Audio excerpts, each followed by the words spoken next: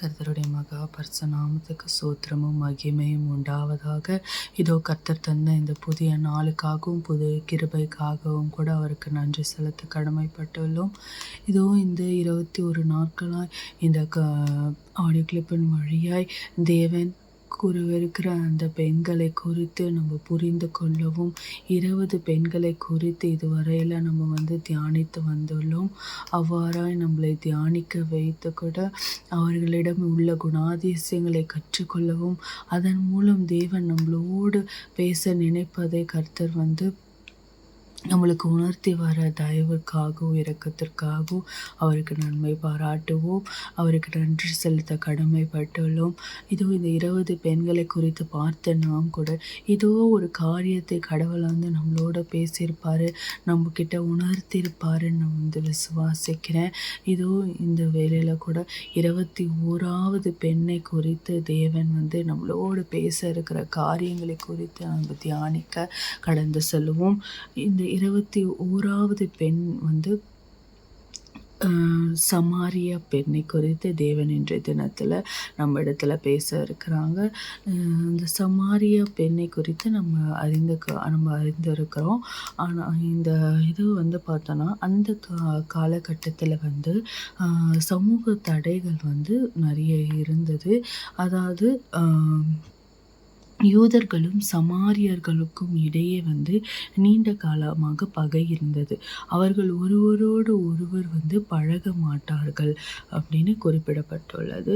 மேலும் அக்கால வழக்கின்படி ஒரு யூத ரபி பொது இடத்தில் ஒரு பெண்ணோடு தனியாக பேசுவது தகுதியற்றதாக கருதப்படும். அந்த பெண் தனது அதுவும் மட்டுமல்லாமல் இந்த சமாரிய பெண் கடந்த காலத்தில் வாழ்க்கையினால் ஊரால் ஒதுக்கப்பட்டவர்கள். அதாவது நமக்கு தெரிந்து அந்த சமாரியா பெண்ணுக்கு 5 கணவர்கள் இருந்தாங்க. ஆனால் அந்த 5 பேரோடு அல்லாமல் இன்னொருவரோடு அவங்க வாழ்ந்து கொண்டு இருந்தாங்க. அதனால் அந்த ஊராரால் அவங்க வெறுக்கப்பட்டு ஒதுக்கப்பட்டு இருந்தாங்க. அதனால்தான் அவர் யாரும் இல்லாத நண்பகல் வேளையில் அந்த இடத்துல தண்ணீர் எடுத்து கொண்டிருந்தார், அவங்க ஒதுக்கப்பட்ட காரணத்தினால். இந்த இடத்துலையும் நம்ம பார்க்குறோம், இந்த 20 பெண்களையும் கடவுள் பார்க்கும்போது ஒன்று பாவிகளை, இல்லை கஷ்டப்படுறவங்க, இல்லை குறை உள்ளவர்களை கடவுள் தேடி ஆசிர்வதித்து அவர்களை உயர்ந்த இடத்துல வைக்கிறார் என்பதை நம்ம கண்டினியூஸாக பார்க்க முடியுது. இந்த பெண்ணையும் அப்படிதான். இந்த சமாரியா பெண் ஊரினால் ஒதுக்கப்பட்டவங்க, பாவியாக இருந்தவங்க, தன் 5 கணவரை இது பண்ணி ஒரு சீர்கெட்ட ஒரு வாழ்க்கையை வாழ்ந்து கொண்டு வந்தாங்க. ஆனால் தேவன் அவர்களை சந்தித்தார். அவர்களை சந்திப்பதை இந்த இடத்துல நம்மளால பார்க்க முடிகிறது. அந்த கிணற்றுல தண்ணி எடுத்து கொண்டிருந்த பெண் அவ்வளோ சமூக தடைகள் இருப்பினும் தேவன் யூத ரபியாக இருந்தும் பொது இடத்துல பேசக்கூடாத சூழல்கள் இருந்தும் தேவன் அதை எப்பவுமே யாருக்கிட்டையுமே பார்க்கறதில்ல. அவர் அனைத்திலும் சகல வல்ல தேவனாய் இருப்பதால், அந்த இடத்துல பாவிகளை ரட்சிக்கக்கூடிய தேவனாய் இருப்பதனால அந்த இடத்துல அந்த பெண்ணோட தேவன் பேசுகிறாங்க. முக்கியமாக இங்கே அவர் குறிப்பிடுவது ஜீவ தண்ணீரை குறித்து. இயேசு அவளுக்கு உலக பிரகாரமான தண்ணீருக்கு பதிலாக நித்திய ஜீவனை தரும் ஜீவ தண்ணீர் வழங்குவதாக கூறினார். அவரே இந்த இடத்துல நம்ம பார்க்கும்போது அந்த பெண் சமாரிய பெண் ஒரு வார்த்தை, அவங்க கிட்ட மன்னிப்போ இல்லை அவர் யாருன்னே தெரியாது, அவங்க பாவியாக இருக்கிறாங்க, நான் ரட்சிக்கப்படணுமோ, எதையுமே அவர் அந்த சமாரிய பெண் யோசித்ததோ இது பண்ணதோ கிடையாது. தேவனையே அவளை தேடி போய் தேவனையே அவளை நோக்கி ரட்சிப்பை கொடுக்கவும் பாவத்திலிருந்து விடுதலையை கொடுக்கவும் அவர் தயாராக இருந்தார். அவரே முன் சென்று தான் ஜீவ தண்ணீரை கொடுப்பதாக அந்த பெண் இடத்துல சொன்னாங்க. இது எவ்வளோ பெரிய ஒரு காரியம் பாருங்க. அந்த பெண் வந்து மன்னிப்பும் கேட்கல, மன்னிப்புக்காக இது பண்ணல, எதுவும் பண்ணல. அந்த பாவியா இருந்த அந்த பெண்ணை வந்து கடவுள் வந்து உயர்த்தவும், ரட்சிக்கவும், அவங்களை மீட்டுக்கொள்ளவும் வந்து அவ்வளோ ஒரு இதுவா இருந்தார். நம்மளோட தேவன் வந்து பாவியை நேசிக்கக்கூடிய தேவன்.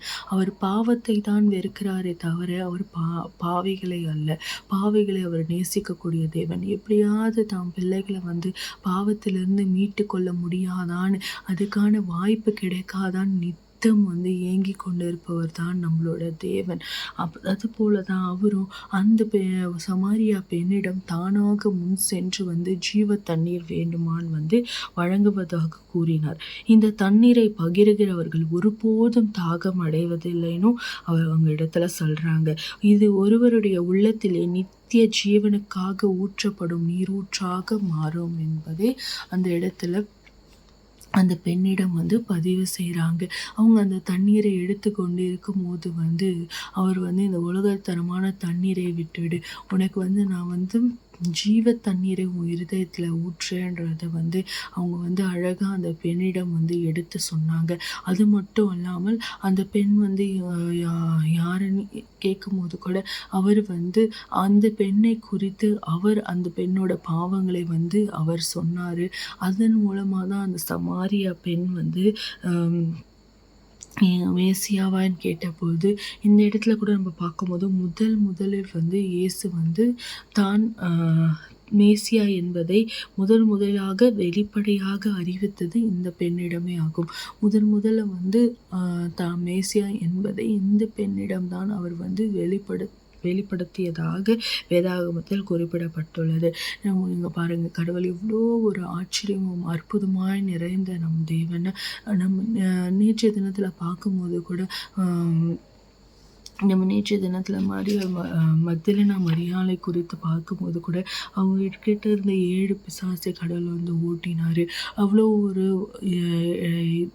இருந்த பெண்ணை வந்து விசேஷ விதமாக ஆசிர்வதித்து அவங்களுக்கு தான் அவர் உயிர் தெழுந்ததை வந்து முதலில் தரிசனமானார். இங்கேயும் அதே போல தான் இந்த பெண்ணை வந்து பாவியான இந்த பெண்ணை வந்து தேவன் ரட்சித்ததோடு மாற்றமல்லாமல் தான் மேசியா என்பதே முதலில் சொன்னது வந்து இந்த பெண்ணிடம்தான் வெளிப்படையாக சொன்னார் என்பதை வந்து பார்க்க முடியுது. அப்போ இவ்வளோ அழகாக கடவுள் வந்து நீ பாவி, நீ இது அப்படின்னு எதுவும் பார்க்காம பாவியாக இருந்தாலும் நேசிக்கக்கூடிய தேவன். மீண்டும் சொல்லுவது தான், தேவன் பாவத்தை தான் வெறுக்கிறாரு தவிர பாவிகளை அல்ல. நம்மை ஒருபோதும் வெறுக்காதவர் தான் தேவன். நம்ம போய் மன்னிப்புன்னு ஒரு விஷயம் கேட்டோன்னா அவர் உடனே வந்து மன்னிச்சிடுவார். நம்ம பாவத்தை வந்து அறிக்கையிட்டோன்னா தேவன் மன்னித்து விடுவார். ஏன்னா அவர் வந்து லகுவான இருதயத்தை கொண்டவர், உருகிற இருதயத்தை வந்து கொண்ட நம் தேவனாக இருக்கிறார். ஒருபோதும் நம்மளோட அக்கிரமங்களையும் பாவங்களையும் அவர் நினைத்து பார்ப்பதில்லை. அவர் ஏங்குவது எல்லாம் வந்து என் மகன் வந்து தன் பாவத்தை அறிக்கையிட மாட்டானாம், என்னோட மீண்டும் வந்து சேர்ந்து கொள்ள மாட்டானா தான் வந்து கடவுள் நித்தமும் நம்மளை தேடுவார் தவிர அவர் நம்ம செய்கிற பாவத்தை முற்றிலுமாக வெறுக்கக்கூடிய தேவனானால் பாவியாகிய நம்மை போதும் அவர் வந்து வெறுப்பதில்லை.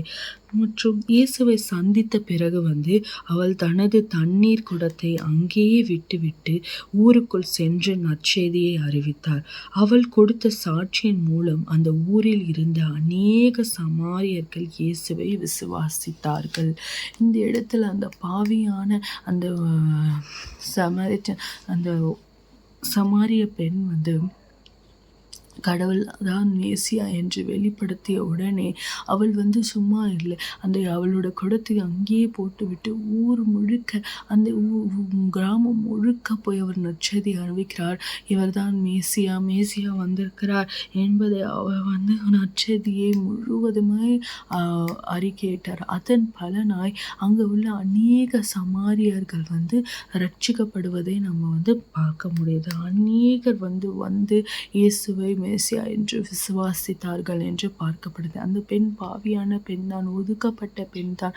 ஆனாலும் அவள் போய் தைரியமாக அந்த கிராமத்தில் உள்ள அனைவருக்கும் மேசியா வந்திருக்கிறார், இயேசு வந்திருக்கிறார் என்பதை நற்செய்தியை அறிவித்தார்.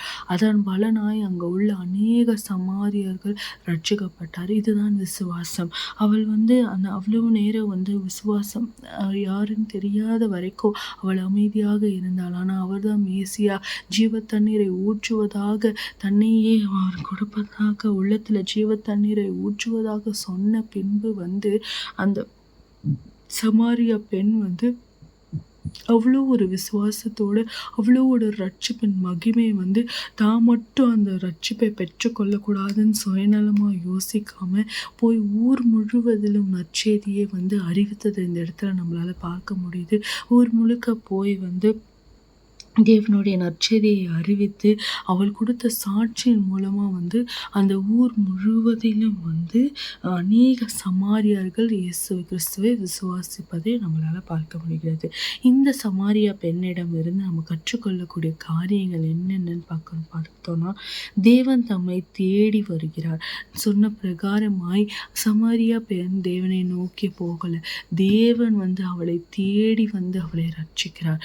அது அந்த மாதிரி தான் நம்ம பாவிகளாக இருந்தாலும், நம்ம எப்படிப்பட்ட ஒரு சூழ்நிலையில் இருந்தாலும் தேவன் தாமாக நம்மை தேடி அவர் சகலத்தையும் செய்ய வல்லவராக இருக்கிறார்.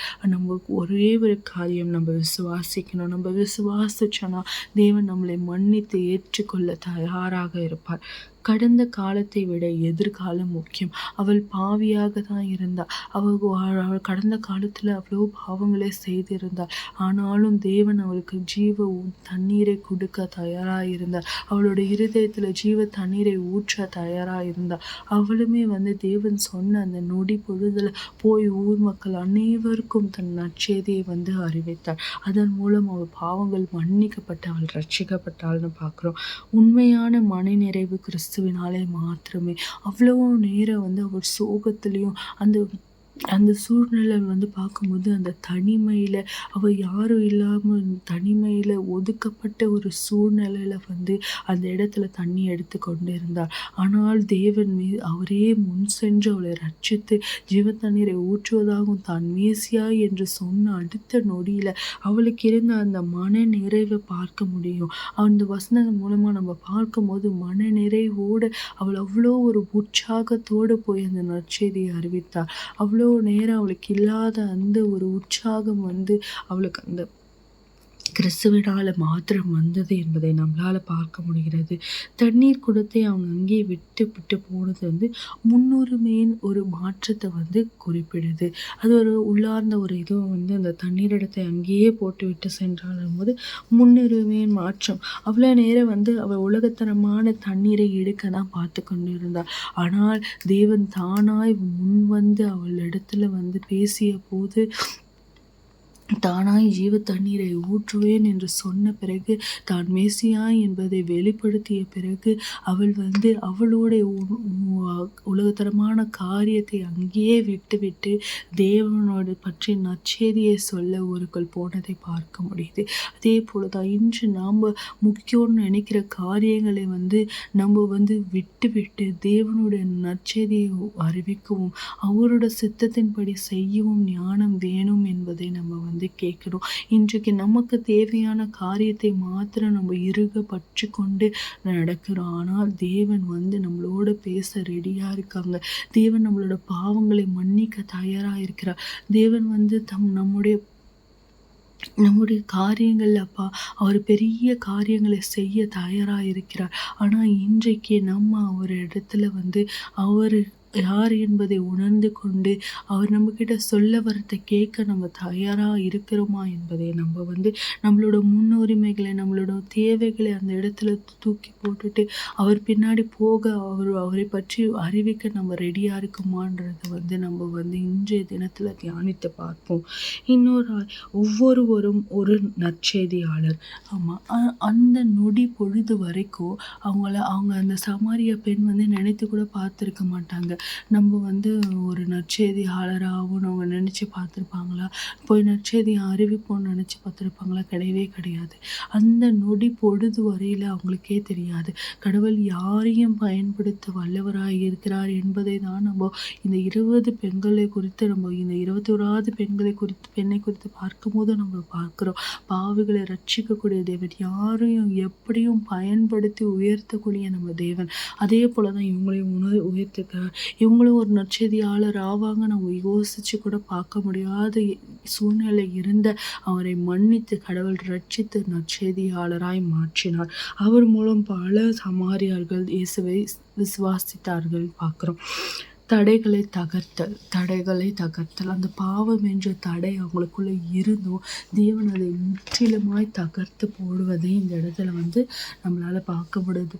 பாவம் ஒரு தடை அல்ல. அந்த பாவத்தை நம்ம அறிக்கையிட்டோம்னா தேவன் அதிலிருந்து முற்றிலுமாய் நம்மளை விடுதலையாக்குவார். அதிலிருந்து விடுதலையை கொடுத்தார்னா தடைகள் ஆட்டோமேட்டிக்காக நீக்கி போடப்படும். அந்த தடைகள் நீக்குவது மூலம் நாமும் ஒரு நற்செய்தியாளர் ஆகலாம். நம்ம விசுவாசிகளாக மாற்றப்படலாம். நம்ம எவ்வளோ பெரிய பாவத்தில் இன்றைய நாளில் இருந்தால் கூட சமாரியா பெண்ணை வந்து தேடி போய் பாவ மன்னிப்பு அளித்து அவளுக்கு ஜீவ தண்ணீரை ஊற்றுவேன் என்று சொன்ன தேவன் இன்னைக்கு நமக்குமே ஜீவ தண்ணீரை ஊற்ற வந்து நம் இருதயங்களை ஊற்ற வந்து அவர் தயாராக இருக்கிறார். ஆனால் நம்ம விசுவாசிக்க தயாராக இருக்கிறோமா? நம்ம அவர் மேசியா என்பதை விசுவாசித்த நற்செய்தியை மற்றவர்களுக்கு பகிர்ந்து கொள்ள நம்ம தயாராக இருக்கிறோமா என்பதை நம்ம வந்து நம்மளையே நம்ம ஆராய்ந்து பார்க்க வேண்டும். நம்ம பாவத்தை பண்ணிட்டோம்னு சொல்லி நம்ம உட்காந்து புலம்பி கொண்டு இருப்பதில் எந்த ஒரு பயனும் கிடையாது. அதை வந்து நம்ம அறிக்கையிட்டு அதன் மூலம் நம்ம வந்து ரட்சிப்பை பெற்றுக்கொண்டு ஜீவ தண்ணீரை பெற்றுக்கொண்டால்தான் நம்மளுக்கு நிறைவான ஆசீர்வாதங்களும் நிறைவான சமாதானமும் கடவுளால் உண்டாக்கப்படும். நம்ம உட்காந்து அதையே பிடிச்சிட்டு உட்காந்துட்டு இருந்தோம்னா வேலைக்கு ஆக்காது. தேவனிடத்தில் அறிக்கையிடுங்க. இன்று எவ்வளோ பெரிய பாவமாக இருந்தாலும் பரவாயில்ல, என்னைத்தையும் மன்னிக்கிற தேவன். அவர் 7 முறை 7000 முறை அல்ல, பல முறை மன்னிக்கிற தேவன். இன்று எவ்வளோ பெரிய பாவமாக இருந்தாலும் முட்டி போட்டு அறிக்கை இடுங்க. தேவனிடத்தில் அறிக்கை இடுங்க. அவர் அடுத்த நொடி நம்மளை மன்னிக்க காத்து கொண்டு இருக்கிறார். நீங்கள் அறிக்கையிட மாட்டோமா? அவர்கிட்ட பேச மாட்டோமா? அவர்கிட்ட சொல்ல மாட்டோமான்னு தான் அவர் காத்துட்ருக்காரு. அது நம்ம செஞ்ச அடுத்த நொடியில் தேவன் வந்து நம்மளை ஆசிர்வதிக்க தயாராக இருக்கிறார். நம்மளுக்கு நீர் ஊற்ற ஜீவ தண்ணீரை ஊற்ற தயாராக இருக்கிறார் தேவன்.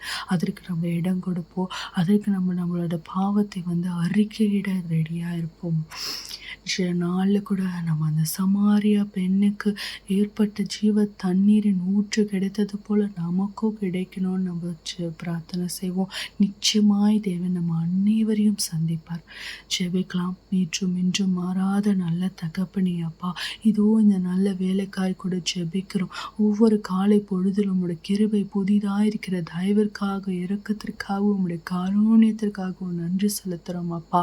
தகப்பனே, நீர் கொடுத்த இந்த நாளில் கூட நீர் கொடுத்த இந்த வார்த்தைகளுக்காய் நன்றி. இன்றைய தினத்தில் நாங்கள் கண்ட இந்த சமாரியா பெண்ணை குறித்து நாங்கள் தியானித்ததற்காய் நன்றி அப்பா. அந்த பெண் இவ்வளோ பாவியாக இருந்தோம் அப்பா, உங்கள் தேடி வரலை. நீர் அவரை தேடி போன என் தேவனே, அதே போல் நீர் எங்கள் ஒவ்வொருத்தரையும் தேடி வர தயாராக இருக்கிறீர் அப்பா. ஆனால் நாங்கள் அறிக்கையிட அப்பா, அறிக்கையிட்டு நாங்கள் அப்பா உம்மிடத்தில் மன்னிப்பு கேட்க அப்பா எங்களை தகுதிப்படுத்துங்க ராஜா. அப்பா இந்த வேலையில் கூட அப்பா இதை கேட்குற ஒவ்வொருத்தரும் கூட அப்பா தகப்பனே, ஒவ்வொருத்தரும் கூட ராஜா தன் பாவங்களை அறிக்கையிடுறாங்கப்பா. நீர் 7000 முறைகளை பல முறை மன்னிக்கும் தேவனாக இருக்கிறீரப்பா. அப்பா நாங்கள் அறிக்கையிட மாட்டோமா? எங்களுக்கு நீங்கள் ஜீவ தண்ணீரை ஊற்ற மாட்டீர்கள், ஊற்ற வேண்டும் என்று நீர் காத்து கொண்டு இருக்கிறீரப்பா. அன்று சமாரியா பெண்ணை அப்பா அந்த கிணற்றின் இடத்துல அப்பா நீர் சந்தித்து நீர் அவளுக்கு ஜீவ தண்ணீரை ஊற்ற அப்பா நீர் இருந்த எங்கள் தேவன் அப்பா, இதோ எங்களிடத்திலும் நீர் காத்திருப்பதற்காய் நன்றி அப்பா. நன்றி தகப்பனே. இந்த வேலையில் கூட எங்கள் ஒவ்வொரு பாவங்களையும் நாங்கள் அறிக்கையிடுறோம் அப்பா. நாங்கள் தெரிந்தும் தெரியாமலும் செய்த பாவங்கள் அனைத்தையும் என் தேவன் நீர் அப்பா நீர் எங்களுக்கு மன்னித்து தர வேண்டுமாய் ஜெபிக்கிறோம் அப்பா. மந்தையிலிருந்து தொலைந்து போன ஆடுகளாய் நாங்கள் இருந்தாலும் அப்பா, தொலைந்த ஆட்டை தூக்கி நீர் மார்போடு அணைத்து தோளின் மேலே சுமந்து வைத்திருக்கிறீங்களே அப்பா. அந்த ஆடுகளாய் நாங்கள் இருக்க கிருபை பாராட்டுங்கப்பா. தயவாய் மன்னி தரலுங்க. இந்த விசை நாங்கள் ஜெபிக்கிற இந்த விசை அப்பா, இந்த விசை நீர் எங்களை கண்ணோக்கி பார்த்து எங்க பாவங்களை மன்னி தரலுங்கப்பா. இன்றைய தினத்துல நாங்கள் முற்றிலுமாய் பாவத்திலிருந்து விடுபட்டப்பா. இதோ அந்த சமாரியா பெண்ணுக்கு ஏற்பட்ட அந்த மன நிறைவான சந்தோஷம் எங்கள் ஒவ்வொருத்தருக்கும் இந்த வேலையில நாங்கள் எங்களுக்கு கிடைக்க கிருபை செய்யுங்க அப்பா. நீர் ஒருவரே எங்களுக்கு உண்மையான மழை நிறைவு, நீர் ஒருவரே எங்களுக்கு உண்மையான சகாயர், நீர் ஒருவரே எங்களுக்கு உண்மையான இரட்சகர் அப்பா. அதன் மூலம் அப்பா உம்முடைய நற்செய்தியை நாங்கள் பலருக்கு அறிவிக்கவும், உம்முடைய வார்த்தைகளை நாங்கள் பலரிடத்தில் பகிர்ந்து கொள்ளவும் நீர் எங்களை தகுதிப்படுத்தி உம்முடைய விசேஷத்த ஞானத்தினால் எங்களை நிரப்பி அருளுங்க அப்பா. நாங்கள் விசுவாசிக்கிறோம், உம்மை மாத்திரம் நாங்கள் விசுவாசிக்கிறோம். நாங்கள் ஜெபிக்கிற இந்த வேலை, நாங்கள் அறிக்கையிடுற இந்த வேலை, எங்கள் பாவங்கள் மன்னிக்கப்பட்டதப்பா. எங்கள் பாவங்கள் மன்னிக்கப்பட்டது ராஜா அப்பா. இதை கேட்குற ஒவ்வொருத்தரோட பாவங்களும் மன்னிக்கப்பட்டதப்பா அப்பா. நாங்கள் மெசியாவாக உம்மை மாத்திரம் நாங்கள் விசுவாசிக்கிறோம். நாங்கள் கேட்கிற இந்த வேலையில எங்க எல்லாரோட பாவங்களும் மன்னிக்கப்பட்டதப்பா. அதற்காக நன்றி நன்றி நன்றி. இனி அதை நாங்கள் கண்ணோக்கி பாராதபடி எங்களுக்கு ரட்சித்தாலும். நீர் பாவிகளை நேசிக்கிற தேவன், ஆனால் பாவத்தை வெறுக்கிறீரப்பா. அந்த பாவத்தை நீர் வெறுக்கும் பாவத்தை நாங்கள் அணுகாத வண்ணம் எங்களை விசேஷத்த ஞானத்தினால் நிரப்பி எங்களை கட்டி போட்டு அருளுங்க ராஜா அப்பா. தகப்பனே, பாவத்திலிருந்து நாங்கள் எங்களுக்கு நீர் கொடுத்த விடுதலைக்காய் நன்றி. இனி அப்பா உமக்கு சித்தமானதை செய்ய, உமக்கு பிரியமானதை செய்ய எங்களுக்கு கற்றுக் கொடுங்க. சமாரியா பெண் அப்பா அறிவித்த நற்செய்தியை போல நாங்களும் அறிவிக்க, அதன் மூலம் பல சமாரியார்கள் உம்மை விசுவாசித்தது போல நாங்கள் அறிவிக்கும் பலரும் உம்மை விசுவாசிக்க எங்களை தகுதிப்படுத்தி எங்களை நிரப்பி அருளுங்க. அங்க கிடைக்கப்பட்ட மனநிறைவு எங்களுக்கும் இங்கே கிடைத்ததற்காய் நன்றி அப்பா. நீர் எங்களை கொண்டு செய்ய இருக்கிற திட்டங்கள் அநேகமாக இருக்கிறது. அதை நாங்கள் உணர்ந்து நடக்க கிருபை செய்யுங்க அப்பா. நீர் அப்பா எங்களை தேடி வந்து எங்களை மன்னிக்கும் தேவனாக இருக்கிறேன் நன்றி. நீர் எங்களை தேடி வந்து எங்களை மன்னித்த தேவனே உங்கள் கொடாடு கொடி நன்றி அப்பா. இந்த நாள் முழுவதும் எங்கள் அனைவரோடும் இங்கே உள்ள ஊயப்பா இதை கேட்குற ஒவ்வொருத்தரோடும் உங்களோட பிரசனம் இருந்து வழி நடத்த உங்களோட ஜீவ தண்ணீர் எங்களை ஒவ்வொருத்தரோட இருதயத்தில் ஊற்றப்பட கிருபை செய்யுங்க. நாங்கள் ஜெபிக்கிற இந்த வேலை உங்களோட ஜீவ தண்ணீர் எங்கள் ஒவ்வொருத்தரோட இருதயத்தில் ஊற்றப்படணும் தகப்பனே, ஊற்றப்படணும் தகப்பனே. அதன் மூலம் ராஜா அப்பா அது ஒரு வற்றாத நீரூற்றா எங்கள் மனதில் இருக்க கிருபை செய்யுங்க. நீரே ஜீவ தண்ணீர், நீரே ஜீவ தண்ணீர். உங்களோட பிரசனம் எங்களை ஊற்றப்படட்டும். நீர் எங்கள் மனதில் வாங்க, நீர் எங்கள் இருதயத்தில் வாங்க அப்பா. நீரே எங்களோட இருங்க, வழிநடத்துங்க, ஆசீர்வதிங்க, பலப்படுத்துங்க. என் மீட்பர் இரட்சகருமாக இயேசு கிறிஸ்துவின் ஜெபம் என் ஜீவனை நல்லா தகப்பனே. ஆமென் ஆமென்.